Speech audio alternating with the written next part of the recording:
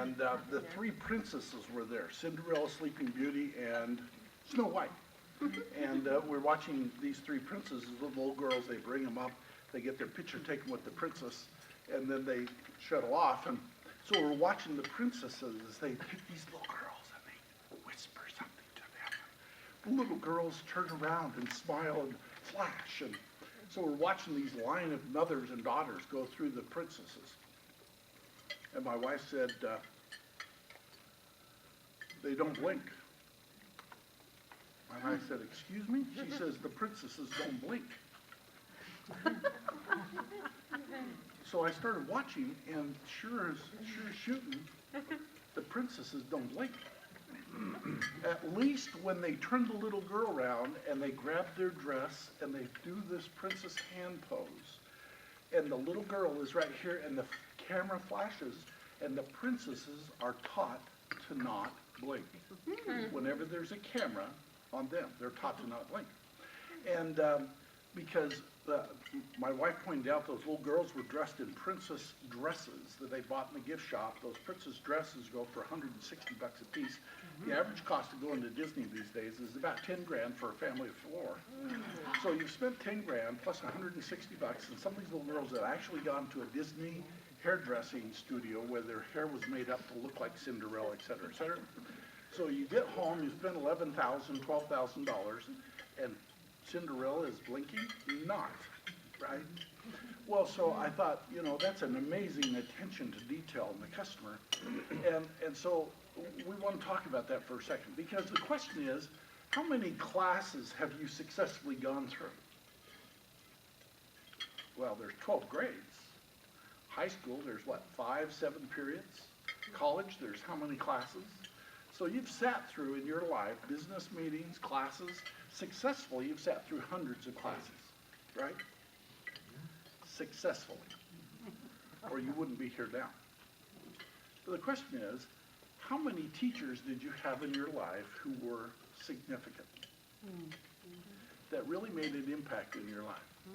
If we really asked, it would be probably 3. Maybe, if you're lucky, 5. So the question is, which is greater, success or significance? And it becomes a major factor, because success can be defined, you know, Lisa could pick up the phone and have 50 speakers here to talk to you about success. And we could do that all day long. Oh, success is setting goals. But the issue of how do you become significant in the lives of others is really telling. The difference price-wise in what you charge. A satisfied customer will want a 13% discount over your regular pricing. But a significant customer, one where the customer is engaged, demands a 23% premium over your current pricing. The difference is a 36-point swing in how you price yourself and your goods and your services. A 36-point swing. Who here would like a 33% increase in your pay? So have I got your attention? Okay. So this is about you don't blink. Well, huh? What's that mean? What does that mean, don't blink? So we want to talk about significance. So if you guys would pass these out and pass out the papers that are on the table. On one side is printed. I want you to take the side that's printed, look at it, and do this. Fold it in half. So the side that's printed is in the middle. You can't see it. Okay? Now, it's going to be a little hard because we got table dishes. You might want to slide it to the corner somewhere. And I want you to write the answer to this question. I work with,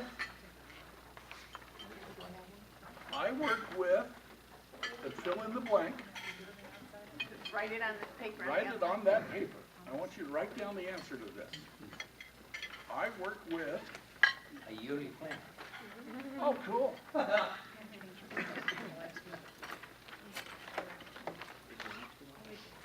On the blank side of Kordell? Yep, Okay. just anyway. This is one of those high-tech forms that you just gotta love because it's blank. Oh. Here, you can borrow my pen. Okay, I work with, have you got the answer written down? Who wants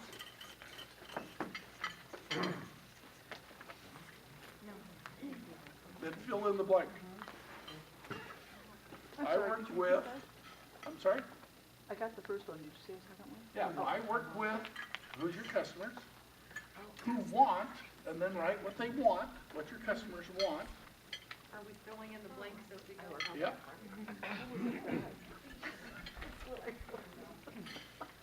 I work with who want so they can and fill in another blank.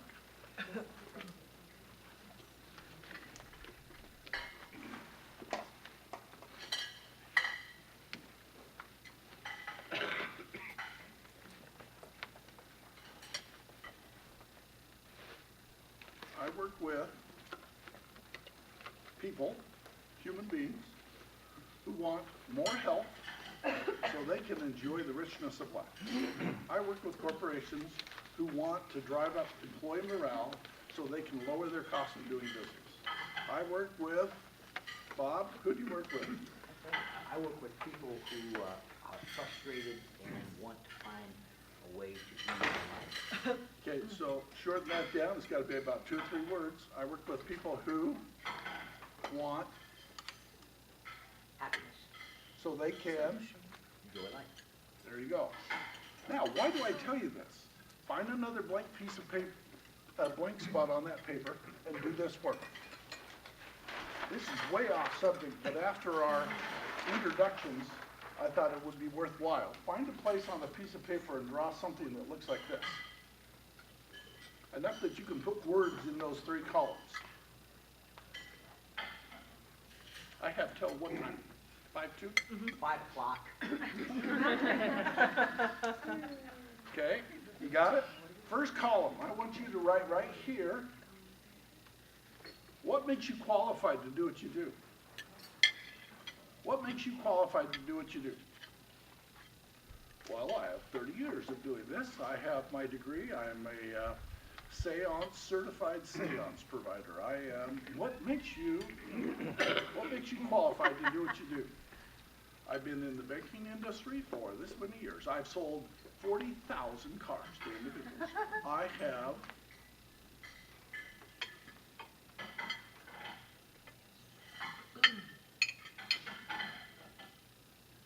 okay, second column. This column, I want you to write here, how do you deliver your value to your customers? How do you deliver your value to your customers? Well, I have a website, I have an office, I have staff, I have a book, I have an inventory of curtains and drapes and level or blinds. I have. What do you have?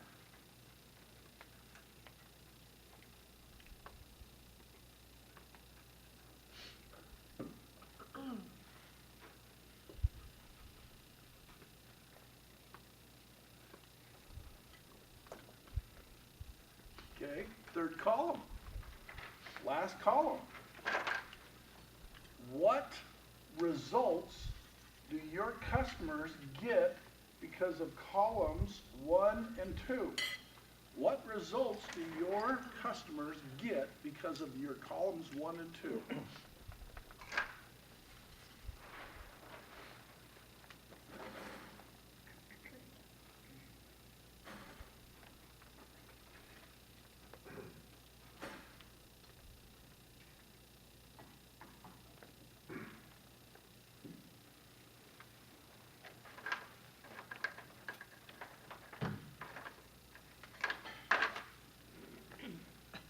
Okay. Which column does your customer care about? Third one. The third column. Do they care about columns 1 and 2 at all? No. When you talk to your customer and you tell them what you do, and they either say it with their eyes or they say it with their mouth, what they say is, so what? And you're talking about your column 1 and 2. And does the customer care about column 1 and 2? because column 1 is your past, column 2 is the present, and column 3 is the future. See, when I go to the doctor for open heart surgery, do I care about his past? I want to make sure he's a doctor. That's right. So you've researched, you've been recommended to this doctor. Number 2, do you care what tools he uses when he performs surgery on your chest? A butter knife sharpened is not enough, right? What you really care about, although you're concerned about those 2, what you really want to do is calm 3 itches to wake up again. That's what you want, is to come out of anesthesia sick and sore. That's what you want. Your customers want the same thing. If you're talking about your columns 1 and 2, you are out of touch with serious dollars. If you're talking about your content, if you're talking about your offerings, if you're talking about your product, you are out of touch with being seriously successful in what you do. They do not care. They are saying, so what? And unless you can translate that to their world and what they're interested in, you will be so much like everybody else. Let me give you another example. I don't know if I told this group about this. In any product, there's a distribution curve that looks like this. Let's say that it's window blinds, for sake of illustration, or insurance, or whatever the case may be, there is a market that has a low price aspect to it. Usually this is involved with volume. But part of the market is high price, high value. So in the retail world, go with me if you will, about 20 years ago, 30 years ago, in the center of the retail curve was the distribution for a little chain called Sears. Okay? And it wouldn't matter. This applies to window treatments, this applies to Sears, this applies to holistic health providers, insurance, whoever. Over a given period of time, any and all markets, that includes your individual markets, the individual market, because most people want low price, high volume, some people want the high volume, but for the most part, people want that which is safe, right in the middle. But over time, all markets, yours included, whether you're a photographer or a copier salesperson, do this.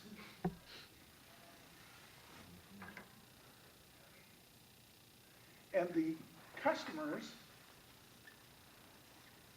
move to either end of the chart. This is called the bankruptcy gap, because it's coming. Whether you like it or not, it's happening in your life, and you're in the middle of it, and you don't even know it's happening to you. We talked yesterday, who was at Fairlawn? Fairlawn, yesterday, we talked about pens, okay? You could buy a big pen for 19 cents. Today. Or you can buy a Mont Blanc pen which sells for $200. So what is that? 500 times, 1,000 times greater than the big pen? Guess if you had to write your name, which one can write your name? Both of them. Okay? If you're Sears, today Sears has gone through the bankruptcy gap. They just don't know it yet. They still think that people are going to go in stores that smell of mothballs and want to buy their housewares. I kid you not. And so today, Sears has moved this way, and it's called Walmart. Or Sears has moved this way, and it's called Nordstrom's. It's in your business. It's in everybody's business. This is happening.